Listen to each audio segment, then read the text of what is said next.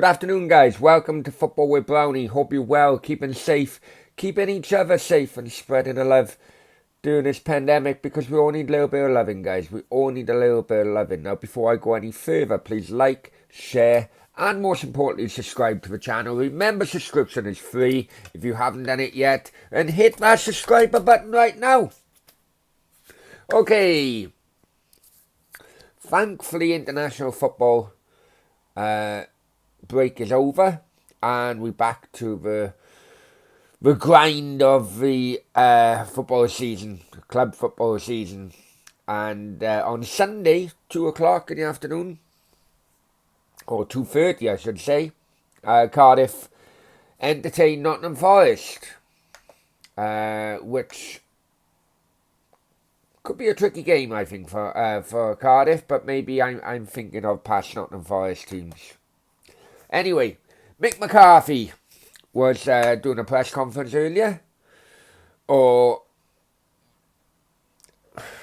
would I call them press conference? Maybe arse-licking conferences. But anyway, this is what he said. Okay, how was the international break? Mick said, alright, just watching the lads and seeing how they're all doing. Quite straightforward there. How would you describe the start of the season? After the last result, it was okay. Before that, it was great. Different feelings, all a bit mixed.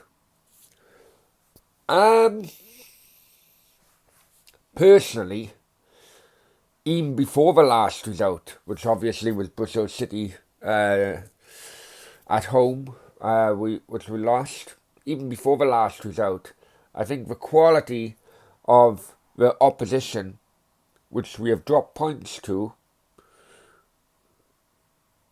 I don't think it was okay, if I'm honest with you. I don't think it was okay, but maybe that's me. Okay. Going to visit Houghton Sunday. What? Going to visit Houghton Sunday. That don't make sense. But Chris Houghton is the manager of Nottingham Forest. But the question is, going to visit Houghton Sunday. Fucking hell. I had all A's for absent in school. But even I can write a better question than that. Anyway, Mick McCarthy says, you feel for them from afar, but when you're up against them, you go win the game. Chris is experienced enough, and he'll have been working during the international break to ensure that he gets back to a good start. I remember going to Sheffield Wednesday after beating Swansea before the international break. It affects teams differently. Well, losing 5-1 to Sheffield Wednesday, who then got relegated, that was a bad... there'll be nothing given and nothing expected from either of us. There will be nothing given and nothing expected from either of us. Am I reading that correctly? There will be nothing given and nothing expected from either of us. That don't make sense. I've never heard that expression before in my life. Anyway. The next. World Cup every 2 years. What do you make of that? The question is. I only caught a bit of it last night. If I'm a player who could play in a World Cup every 2 years, I'd be delighted. Personally, building up to a World Cup takes a lot of organising. It's a format I've been used to and never been looking to change it. It was always really exciting as a kid, more exciting than playing one. I don't know if it devalues it. I remember 20 odd years when Sky came. We were all mourning about playing Monday nights and Sunday afternoons. Having a whinge about that, particularly particularly well and changed the face of English football and value of it. At the time, First Division clubs were skint. Sometimes people don't like change. Who knows? I don't know the answer to it. I'm not going to try and give one. That's fair enough, Mick. That's fair enough. Basically, he doesn't want to give an answer to a particularly shit question. Got nothing to do with the game on Sunday. But you all know my opinions of it. It's just FIFA wanting more money for themselves. And I prefer watching the European Championships and World Cup. It's, in my opinion, it's more competitive. Right. Kiefer Moore, relieved he stayed? Of course I was. You don't want to lose a player who scored 20 goals in a season before.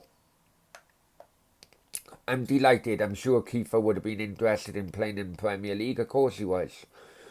There was no offer coming that were anywhere near the club's valuation. The value to me, the team, and the players is immense. He's been fabulous for us. Yeah, fair. That's a fair point, Mick. Absolute fair point. But I'm sure if a board come in, they wouldn't give a damn about the team yourself or the fans. But anyway. You're surprised by the poultry offer. I don't know why they don't. I don't know why they don't table big offers. Wait until final few hours of deadline day, and they think it's a way to do business. I don't think it's a way to do business. It makes everyone panic then. Everyone has a list. If it happens, then we've got a list of 10 things we may try. Then other people have lists. Too many S's in its answer for me.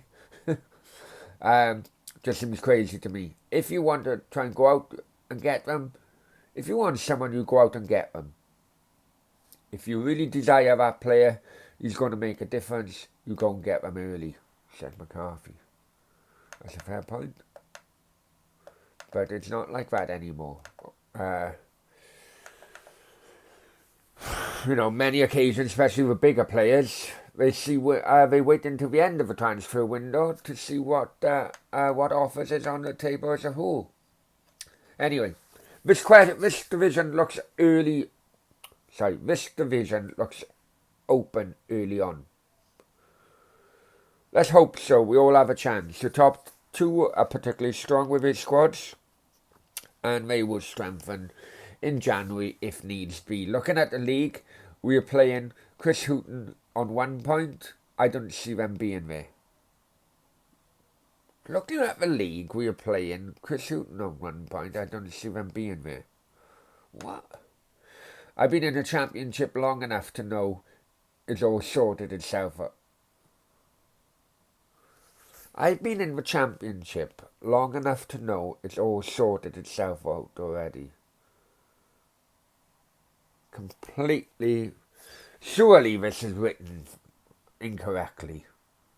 Surely. Player availability. We're in pretty good shape actually.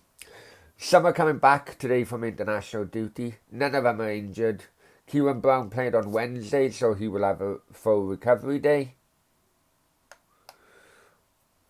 Isaac Vassell, Lee Tomlin, who were both injured.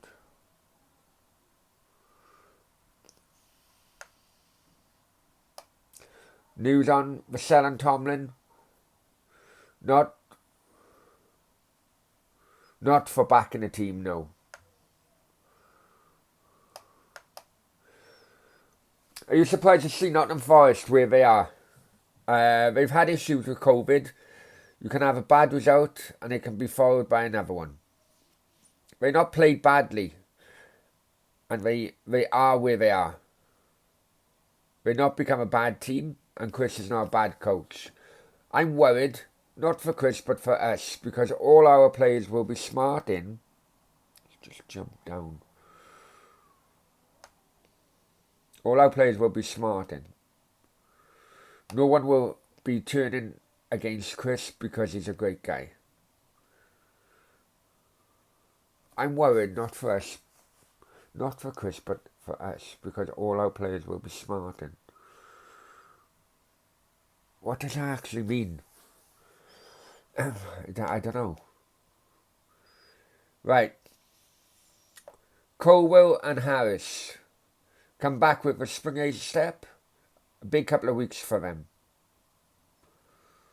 Colwell and Harris come back with a spring age step. Big couple of weeks for them. Yeah, Ruben started his first international, and Harris is getting a hand in the winner. He said he probably should have scored, but I told him to hit the target and kept it alive. I was at the game on Wednesday night, and I thought he was great when he came on. It was a good sub appearance.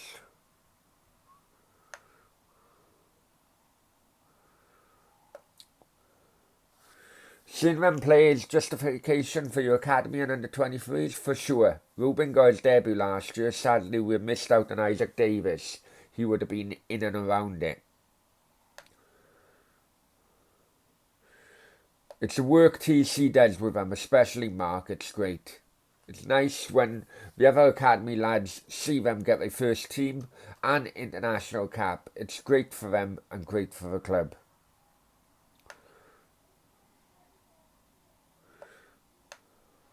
Fair point. Problem for you now? It could be worse. I could have none. What a nice problem to have. That's so weird. Importance of having Kiefer still around for others to learn off him. It's vitally important we kept him as a team, as a club, for everyone, the fans. Since he's come here, he's been terrific. I was a bit surprised no one else come in for him. If someone really values you really want to go, then they got the money. It's basically what I said earlier on. I'm glad no one did. It's great that we're keeping him. How is he?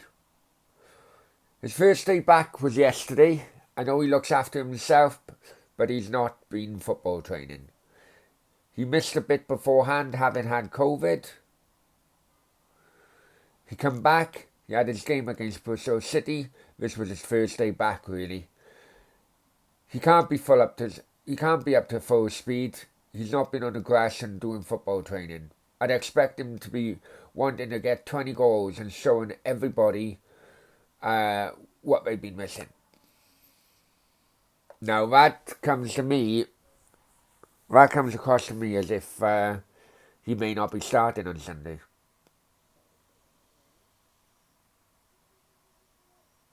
That really comes across to me as if he may not be starting on Sunday. I hope I'm wrong, but and that's all. Well, I have to say, it's either Wales Online has got awful grammar issues within their sports department, or some of the answers given by Mick was odd, to say the least. Or it could well be me not understanding some of the wording used. And 43 left school all age for absent, as I said, and I struggled to understand some of the comments made.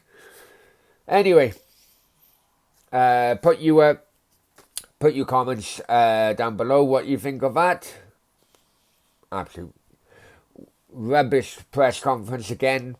Rubbish bloody questions asked, and you do have to question the point of this every Friday. You really do, because that's all these people are asking a question. Are slickers, because they don't want the club not to give them a pass into both press conferences and the free football games, of course. Okay, take care. Hasta luego. Adios.